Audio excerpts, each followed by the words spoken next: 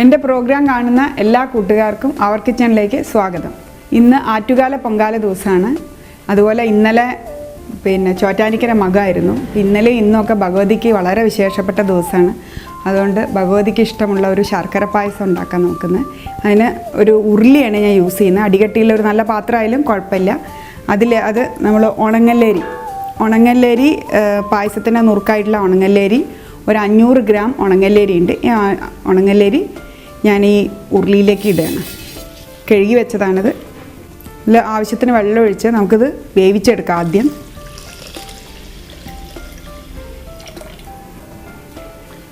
ആദ്യം നമുക്ക് ഈ ഉണങ്ങല്ലേരി ഒന്ന് നന്നായിട്ട് വേവിച്ചെടുക്കാം.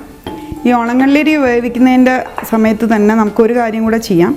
ശർക്കര ഒരു 500 ഗ്രാം ഉണങ്ങല്ലേരിക്ക് ഞാൻ 250 ഗ്രാം ശർക്കരയാണ് ഉപയോഗിക്കുന്നത്. ഈ ശർക്കര ഇത് വേവുമ്പോഴേക്കും നമുക്ക് തൊട്ടടുത്തൊരടുപ്പിൽ നമുക്കിത് ലായനിയാക്കി വെക്കാം.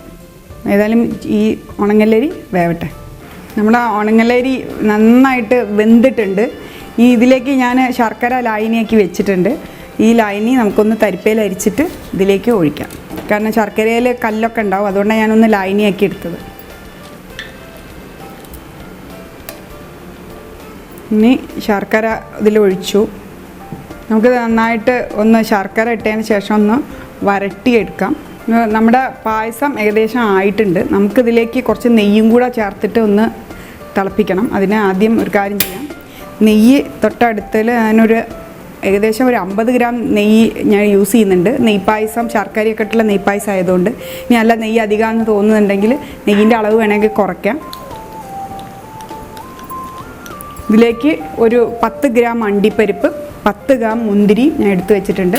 അത് നമുക്ക് ഈ നെയ്യിൽ ഇട്ടിട്ട് മൂപ്പിച്ചെടുക്കാം. നമ്മുടെ നെയ്യ് നന്നായിട്ട് ചൂടായിട്ടുണ്ട്. നമുക്കിതിലേക്ക് ഈ അണ്ടിപ്പരിപ്പ് പൊട്ടിച്ചത് ഇട്ട് കൊടുക്കാം. അതൊന്ന് അണ്ടിപ്പരിപ്പ് മൂത്ത് വരുമ്പോൾ നമുക്ക് അതിലേക്ക് മുന്തിരിയും കൂടെ ഇട്ട് കൊടുക്കാം. നമ്മളിതിൽ മുന്തിരിയും കൂടെ അത് തീ ഓഫ് ചെയ്തതിന് ശേഷം ഞാൻ അതിലേക്ക് മുന്തിരി ഇട്ടു. കാരണം മുന്തിരിക്ക് അത്രയേ ആവശ്യമുള്ളൂ. നമുക്കിതിലേക്ക് ഈ പായസത്തിലേക്ക് ഒഴിക്കാം.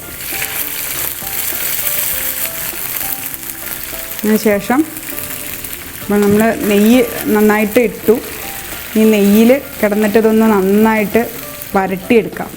ഈ പായസത്തിൻ്റെ ഒരു സ്വാദ് എന്ന് പറഞ്ഞാൽ ശർക്കരയും നെയ്യ് നന്നായിട്ട് ഒഴിക്കുന്നതുകൊണ്ടാണ് അത് നല്ല നെയ്പായസം അല്ലെങ്കിൽ ശർക്കര പായസം എന്നൊക്കെ പറയുന്നതിന്. അടുത്ത ഞാൻ കുറച്ച് കൽക്കണ്ടം ഉണ്ട്, അത് ഓപ്ഷണലാണ്. അതുപോലെ ഏലക്കായ ഉണ്ട്, അതും ഓപ്ഷണലാണ്.